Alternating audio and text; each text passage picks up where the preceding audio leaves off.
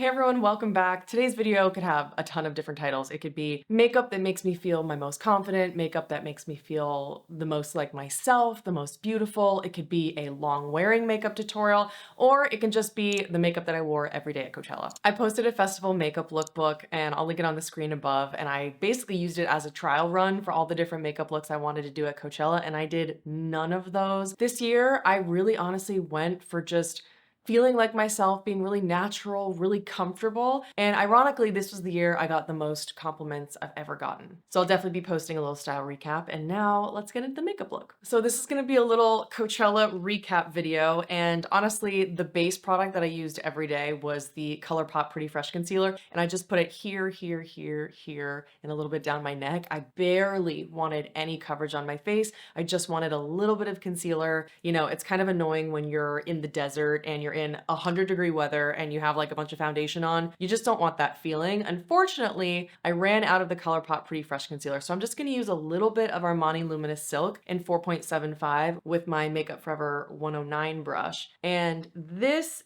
has a really beautiful lightweight skin-like finish. So for me, it's okay to use this just lightly kind of dotted around the face. And that's all I would really do if I'm going to a festival. But I'll start with the recap. So this was the first time ever that we were gone for 2 weeks. We've never taken a 2-week vacation before. And it was our first time doing both weekends of Coachella, which was very ambitious, especially if you're in your 30s and especially if you have chronic illness. So I had a little bit of anxiety going into it, but you know, there's a lot of prep work that goes basically into any day when you have chronic illness, but especially when you're going to an all weekend festival. And I posted a chronic illness get ready with me for Coachella YouTube short. So I'll link that on the screen above if you're interested in seeing basically how I prepare my body to go to a festival for 3 days. There's a lot of work involved, but I'm happy to say I had almost no issues. And really what I've learned in the past 8 months after having been diagnosed with EDS and POTS and dysautonomia, you know, all the tips I've learned, all of the different medications and treatments and supplements and things have really helped me to minimize my flare-ups. Last year, I fainted pretty badly at Coachella on day 3 because I didn't know at the time, but it was a POTS flare-up, which can be triggered by the heat, exercise, and all of that stuff. And now that I know what I have, you know, I'm really able to prevent those issues from happening. And that's why having a diagnosis for people who have chronic illness is extremely important, because that information really is life-changing. You know what? I feel like my background is kind of washing me out a little bit because I have all these lights for the back now. I'm gonna turn it off and see what we think. Does that help you see my skin more if the background's a little bit darker? I don't know what I'm doing here, guys. I'm trying my best. Back to the recap. So I will be posting a Coachella vlog if you're interested and you kind of want to see our trip in its entirety and you want to see us review some of the artists. And I'm just taking the Fit Glow Concealer in C2.5. Everything I'm using will be listed in the description box because I might not talk through all of the products. But weekend 1 was when we went with our friends, and then weekend 2, it was just me and John. And that was really nice to have that balance. You know, weekend 1 is the kind of thing you go to if you want more of the excitement, you know, you want to see the surprise guests, you really want to see the artists play their first big Coachella moment. You know, that's what it's all about. It was so fun to see Charlie XCX play her first Coachella and really feel the energy in the crowd of like what that meant to her, you know?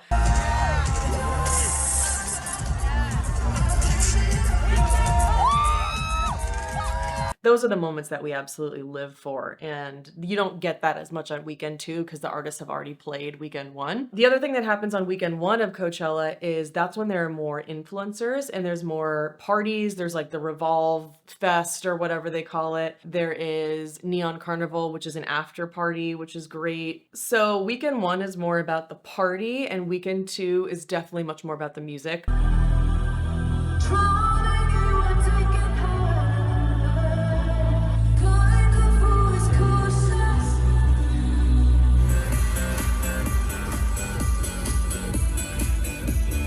I significantly prefer weekend 2, although it's 10 degrees hotter, so it was pretty rough. Not gonna lie. Weekend 1 was fun and it was really great to have all of our friends. You know, that's something that is a little bit harder to get now is, you know, having friends who want to go to Coachella at this point, because I feel like a lot of people just feel that they're too old, and hopefully I can help kind of, you know, change the perception of that, because I just don't believe that you're ever too old to keep having fun. So it was great to be with our friends for the first weekend. But honestly, weekend 1 kind of sucked for me. Like I didn't see a ton of shows I really, really, truly loved. And then Frank Ocean was such a disappointment. Because, you know, you're on like day 3 of a festival. By the way, I'm back falling head over heels in love with the Makeup by Mario Skin Enhancer in light medium. I'm like, why have I ever used any other bronzer at this point? This is what it's all about. This formula is perfect because it's so sheer. I never go overboard with it. I look so natural. It's just like, you can't mess it up, you know? So I wore this every single day and it really helped my dry skin. Day 3 of Coachella, John always likes to say, if you got any gas left in the tank, let it burn. And so there's always like a really fun energy. You know, Friday of Coachella, day 1, everyone shows up in like their fanciest outfits. And then you just see people slowly start getting like more and more disheveled as the weekend goes on. And that's why Sunday is always my favorite day personally. And I'll pop in a little picture here of my Friday outfit. I just went for like a denim on denim moment. The first day of Coachella is always when I like to wear my more bold outfits that I wouldn't really wear anywhere else. And then the rest of the weekend I wear clothes that I would definitely wear again. I like to describe the style element of Coachella as the summertime Halloween, because you get to dress up and you can just be anyone that you want to be. Or you get to dress up and be who you really are, which is how I feel in my case. You know, I feel like when I'm at Coachella, I get to be free. I get to be myself in a crowd full of people who are really fun, for the most part, really respectful and accepting, you know, compared to other festivals like Lollapalooza, which is such a young festival. People are just like drunk and annoying and horrible. Coachella is a much more and a much older crowd compared to a lot of those other festivals. So it's definitely more my people. And the style element gets such a bad reputation because of influencers who have understandably made it seem like a horrible experience. But for me, the style element is one of the best parts because it's all about self-expression. It's all about freedom. It's all about just living in the moment and like being comfortable in your skin. I just love music festivals because you look out there and you see people of all different colors, all different sizes, all different backgrounds, all different walks of life. And I really, really like that. The only downside for me of Coachella is that it's extraordinarily expensive and it's also in like 100-degree weather. But aside from that, it's great. Whoops, Thumper was barking at someone. Anyways, where was I? Can we just have a moment of appreciation for the magic of this bronzer? I mean, it just, that's so good. It just is so natural. Like it sculpted my face a little bit because it's not too warm. It added some warmth, but it's so sheer that it looks natural. It's so balmy and dewy and emollient, but on the skin, it doesn't feel sticky. It's only a tiny, tiny bit dewy and it almost looks a little bit blurring. If they made this in like a blush formula, whoo! Game changer. And real quick, because of the desert, I have been using a lot of creams and liquids again because my skin's been so dry and I've been loving Charlotte Tilbury Pillow Talk. So I'm going to apply that one today. Back to Coachella. On the style element, you know, it's just so much fun. I think it's a great time. And it really sucks that influencers have given the festival such a bad reputation because they're such a small portion of the crowd. Like Coachella is what, 150,000 people? The influencers there are between like 1% and 4% of that crowd, maybe significantly less. I know Lauren Gray talked about this. They will drive out to the desert, take outfit pictures, and then they will drive back home and they don't even go to the festival, which is absolutely insane. People like that give Coachella a bad reputation. So Saturday, I think, was my favorite outfit day. John and I got ready in different rooms and we walked out at the same time and we were both in almost identical matching black and white striped outfits. And at that point, we were running late and we had to go catch a show. So we were like, fuck it, we're just going. We look ridiculous. People are going to think we look crazy, but let's just do it. We ended up getting people like running up to us and saying that they loved our outfits so much and they loved the way that we coordinated, but it wasn't exactly matchy-matchy. We were like, thanks. We did not plan this somehow. But it worked out great. It was super fun. Here's a picture of Saturday. I loved our outfits. John's is from Celine. My outfit's from Dish, which is spelled DISSH. And after falling in love with that set, I ended up ordering more and that's what I wore for weekend 2. And I brought a couple of those sets with me. So that's actually what I wore for Sunday as well. Sunday was our girls' day. Unfortunately, John had to fly to the Bay Area and had to go to a funeral. His best friend's father passed away. So I held down the fort with the girls. And this set that I was wearing was also from Dish. And I just buttoned it up, and I really have been appreciating a slightly more masculine or more androgynous style. So this one made me feel really comfortable. Strangely enough, this outfit in the super oversized, baggy, like buttoned up shirt was the one I got the most compliments on from straight men, which was very interesting. All the other outfits that I wore throughout Coachella, I got a lot of compliments from gay guys and lesbians, which is like, that's the pinnacle. If you get compliments from them, you know you're doing it right. And some people may think that, the style component is vapid and shallow, but it's really not. It's about self-expression and freedom, and like, who doesn't love that? And it's also a really great conversation starter. So many people just run up to you and are like, I love your outfit. You look so great. Where'd you get that? And then you just strike up a conversation and make a new friend. And I think it just is a really positive experience when everyone's just, walking around, giving each other compliments. I just think it's really cool. And I definitely don't get that at any other festival. And so I think that that element of Coachella is actually a really positive one. I just wish that influencers haven't given it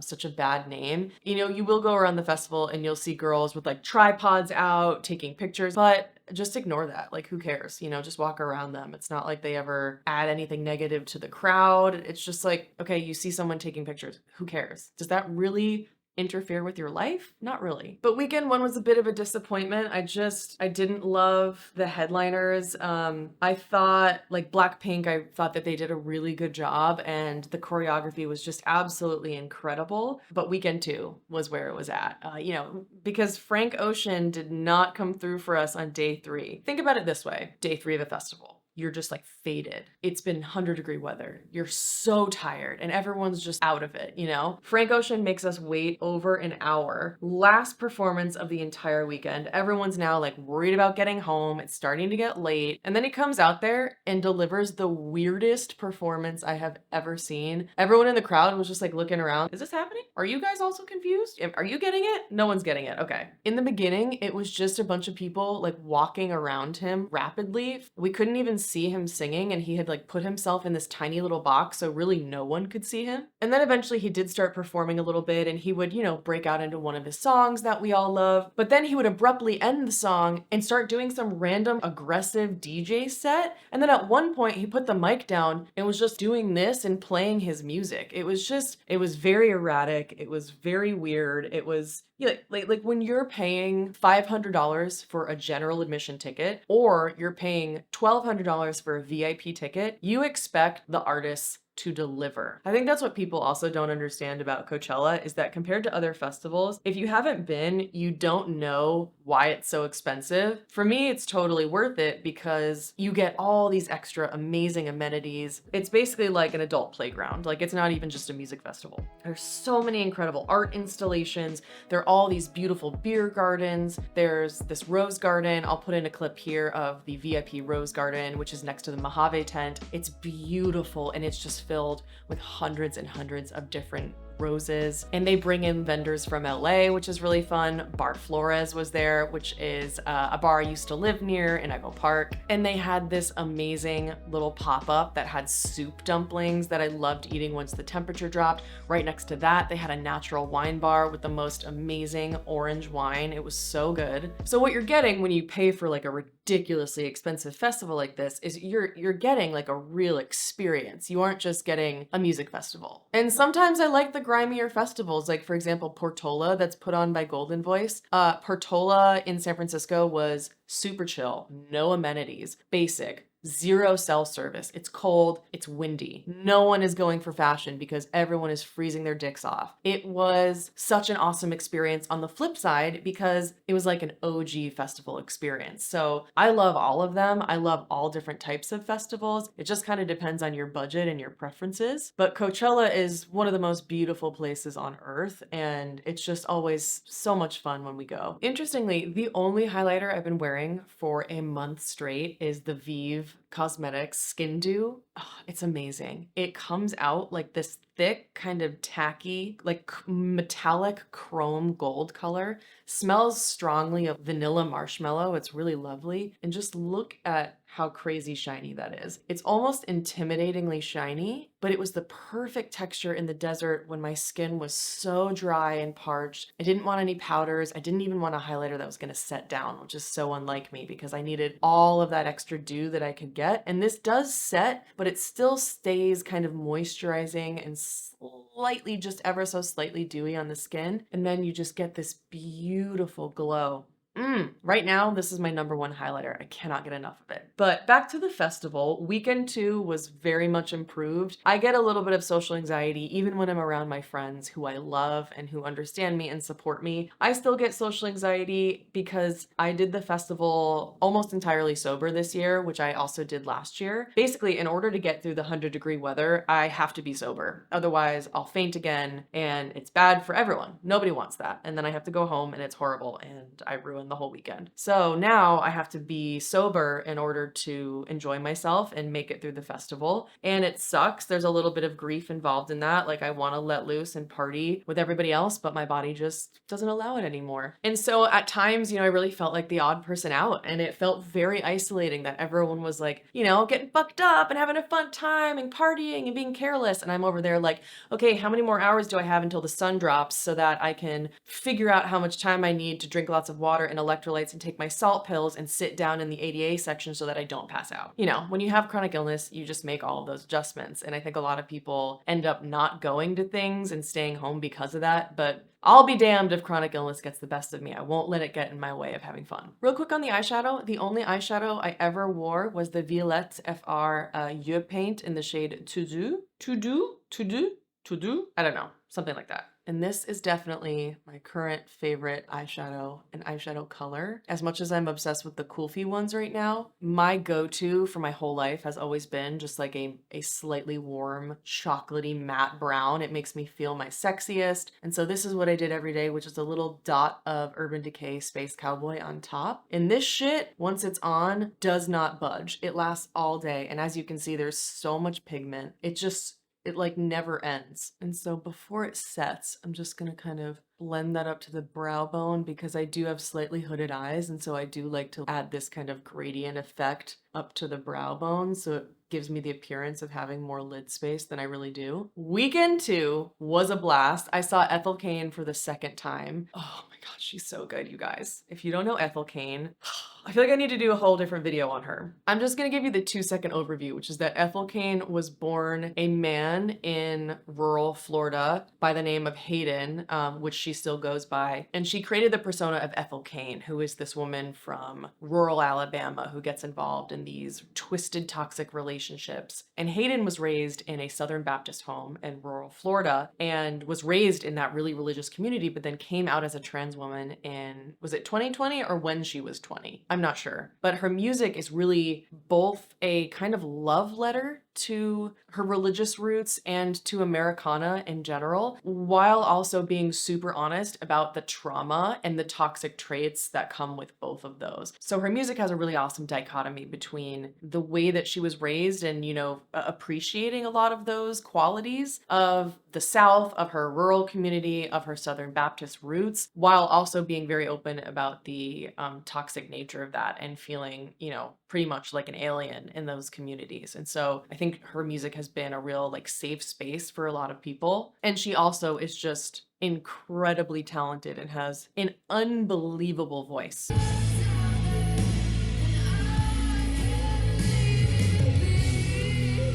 I'll leave a video of Ethel Cain's a live performance that you should definitely watch. Oops, that's the wrong brush. And just give it a watch. Just give it a watch. She's absolutely incredible. So I saw Ethel Cain twice on weekend 1 and weekend 2, which was really exciting. And then I got to see Boygenius twice. And let me tell you, you guys, I know that I'm a big Boygenius fan. So you're like, okay, yeah, obviously you were gonna love the show. John heard the new record, which is just called The Record, and he wasn't sure if he was the biggest fan of it. He didn't totally get it. And then when we saw the live show, he got it.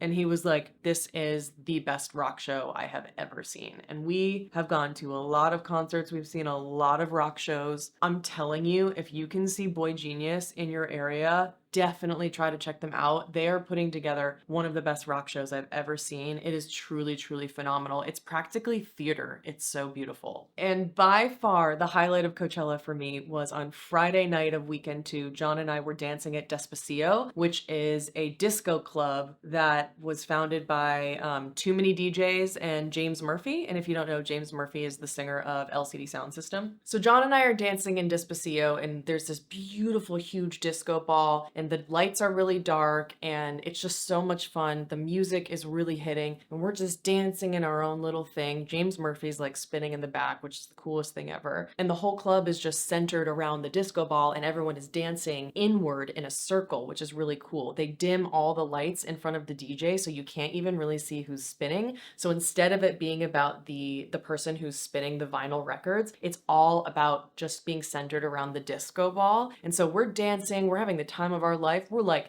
this is such a moment. It was amazing. I look to my right, and it's Julian Baker of Boygenius. And she's like yay high. Like, she's literally, I don't know, less than 5 feet tall. She's like half my size. And she's just dancing, and it's the night before her show. And I'm like, oh my God, I'm dancing next to Julian Baker. This is the coolest thing ever. And we danced next to her for like 45 minutes. It was Julian and her friend, and then me and John all dancing side by side together. And it was just definitely going to be one of the highlights of my entire life.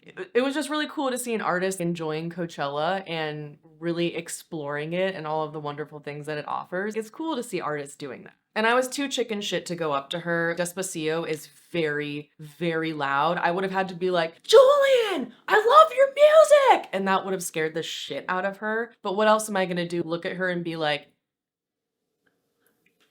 that's not going to happen either. So I didn't want to disturb her. When it comes to celebrities, honestly, I never want to bother them. I just don't feel like it's my right to disturb them. Some people are different. Like, I know some celebrities like when you come up to them, but Julian Baker seems pretty shy to me, so I didn't want to freak her out. And then when she left, I was like, okay, cool. She's outside. Maybe I could run up to her because it's quiet outside. And then I ran outside and I couldn't find her. But, you know, it is what it is. I danced next to her for a long time, and that's a good enough memory for me. Okay, John just came in the room and I got distracted, so I have no idea where I left off, but I think it was around just my general love for Boygenius and Julian Baker. So that was super fun. Had a blast. I think I need more blush. I told you guys my face eats cream blush. There's just nothing I can do about it. So anyways, there was one very negative note that maybe I could actually get your help with. So this guy on Friday of weekend 2, we were going in to see Muna. We put in the Coachella rideshare drop-off location. It's just exactly where it says on the map. And eventually he realizes that the line to get in is really long. And he starts saying, you put in the wrong location, you put in the wrong location. And we're like, sir, the drop-off is right there. You can see it right there. That's where all those people are going. It's right there. You just gotta wait in this line and turn right. And he was like, no, I'm not doing it. I'm not driving you anymore. So he does an illegal U-turn in the middle of the road and then starts driving and driving and driving and proceeds to drive a mile in the opposite direction. Now keep in mind, I have a disability. My disability is triggered by heat and exercise.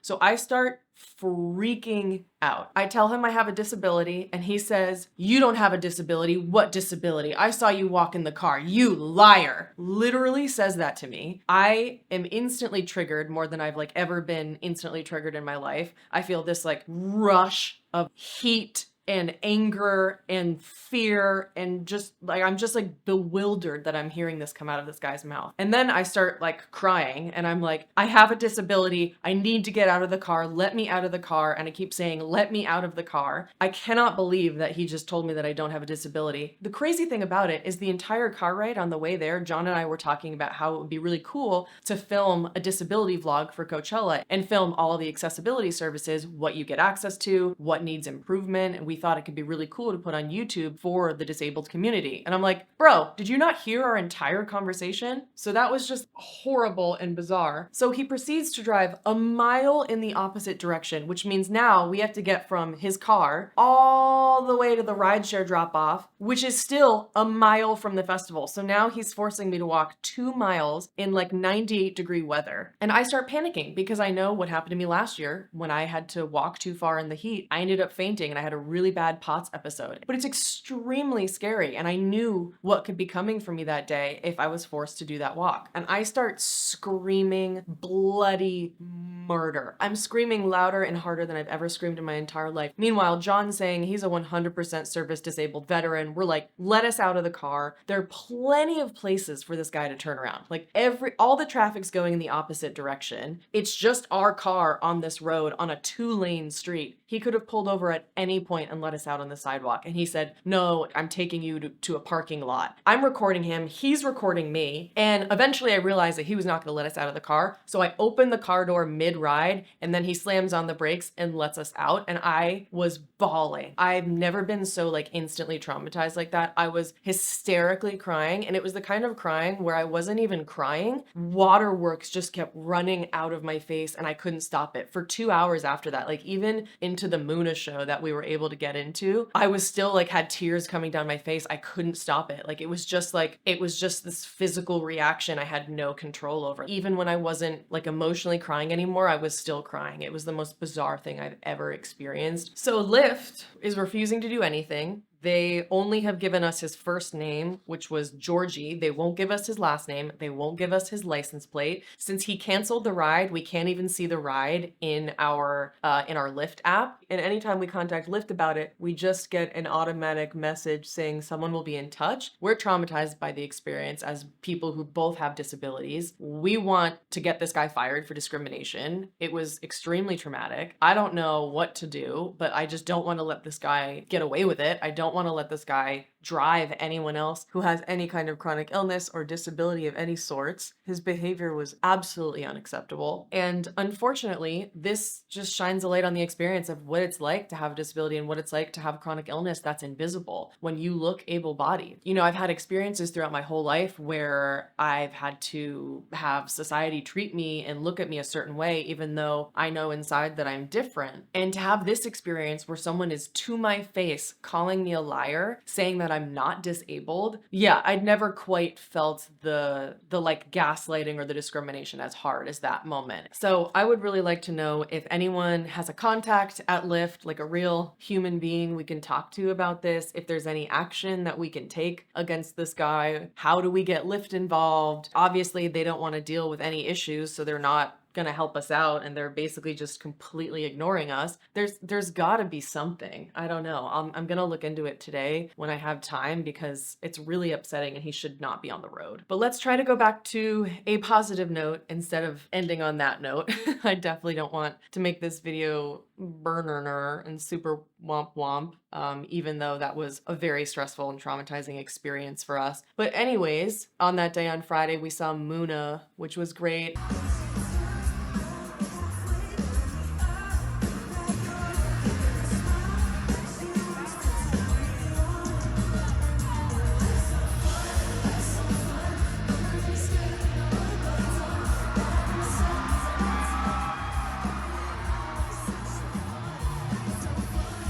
And Muna, going from that experience with that Lyft driver, which was the opposite of a safe space, which was a very unsafe, not accepting environment, going from that into the Muna show, which is all about love and acceptance and creating a safe space for their audience, that was really what we needed. And then, you know, like I said, we ended up seeing Julian Baker, dancing next to Julian Baker that night. And so for me in that moment, it made the experience of dancing next to Julian Baker like even more powerful, because I got to just be in that safe space and like dance and get back in my body a little bit and, you know, feel comfortable, because once the sun goes down, I'm able to have more fun. I'm able to move around. I can dance.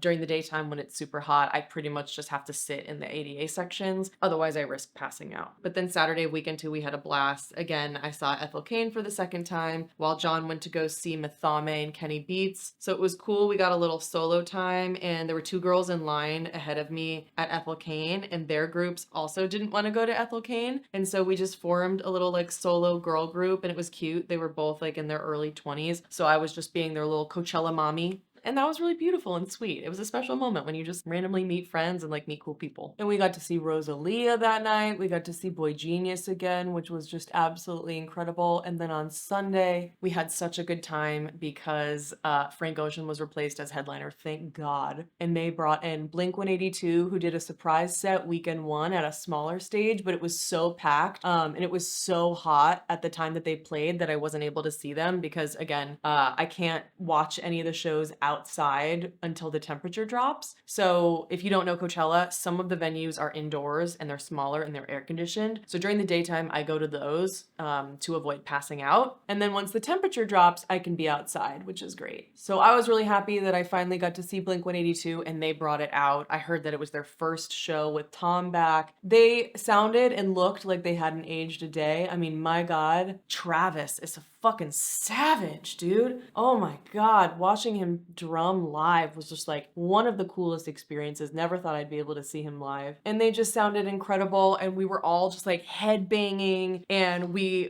just all, like, the whole field came together as one. And I'll drop in a clip of me having a really, really good time.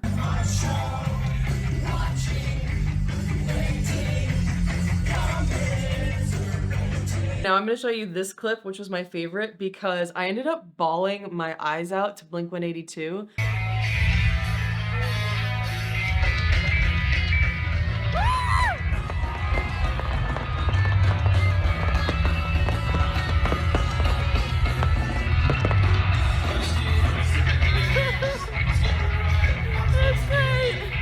And let me tell you, I'm not much of a concert crier. I don't cry a lot at concerts for some reason. It's just, I don't know, just not something that I usually do. But I cried during Blink 182. It was so beautiful. For a moment in time, they took me back to being a kid again. And I just felt so free and I felt like a kid. And I got really emotional. That clip was so good because all the fireworks go off and I'm like, ah! And it was so great. And everyone in the audience was just having such a good time. And then we were so excited. We got to see PHM and it's Fred again, Fortet and Skrillex. And I have just been loving everything that they're doing. It's really cool because they blend different generations of electronic music. Fred again is more Gen Z. Skrillex was, super mainstream at the time of EDM rising. And then Fortet was, really making his name, I guess, more in the 90s. And so it's really cool that they all bring a different, unique style of electronic music to the set. And the three of them together just have so much fun. And what ended up happening was the most epic dance party that has ever taken place, I think, ever in the history of the universe. It was just as far as you could see, bodies in every direction, just jumping up and down at the same time, like all with their hands in the air. And John and I barely got any footage or any videos of it because we were just so present and having the best time ever. So I didn't get to record any of the really like fun drops, but you can see some of the dancing here. So for Blink 182 to come out just as a surprise act for week one, and then all of a sudden fill the headliner spot alongside Fortet, Fred again, and Skrillex, who just had to put together a headlining set in a week. I mean, those performers just showed up and showed us what they're all about. And, I got heavily involved on the Coachella Reddit thread and everybody said that weekend two was just like one for the books, one of the most epic Coachella weekends of all time because of how incredible the headlining spot ended up being after Frank Ocean dropped out. And those are the moments that I absolutely live for. So I'm really glad that we did both weekends. It was so worth it. And honestly, now that we've done both weekends, I don't think I can ever go back to just one.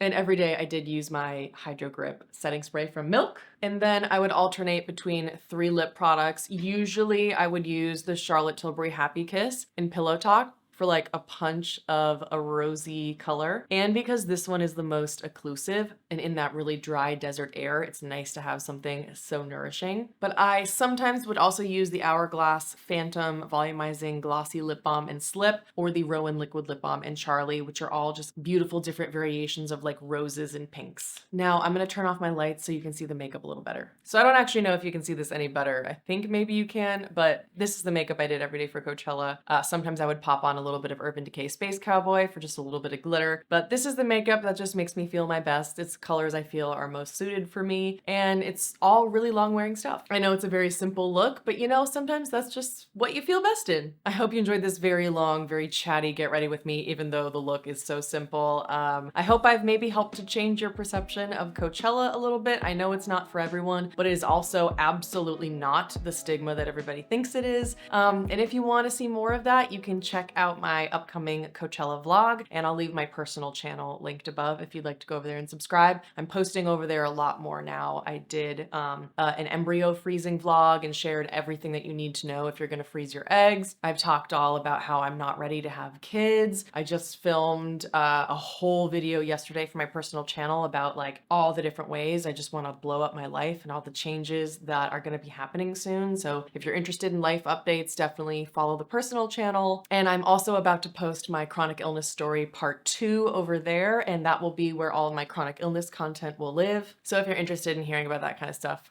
please subscribe to the personal channel. And if you like this video, please give it a thumbs up. It really helps my channel to grow. And 50% of the people who watch my videos are not subscribed, so I'd really appreciate if you hit the subscribe button. And wherever you are, I hope you're having a great day. I'm sending you lots of love, and I'll see you in the next one. Cheers,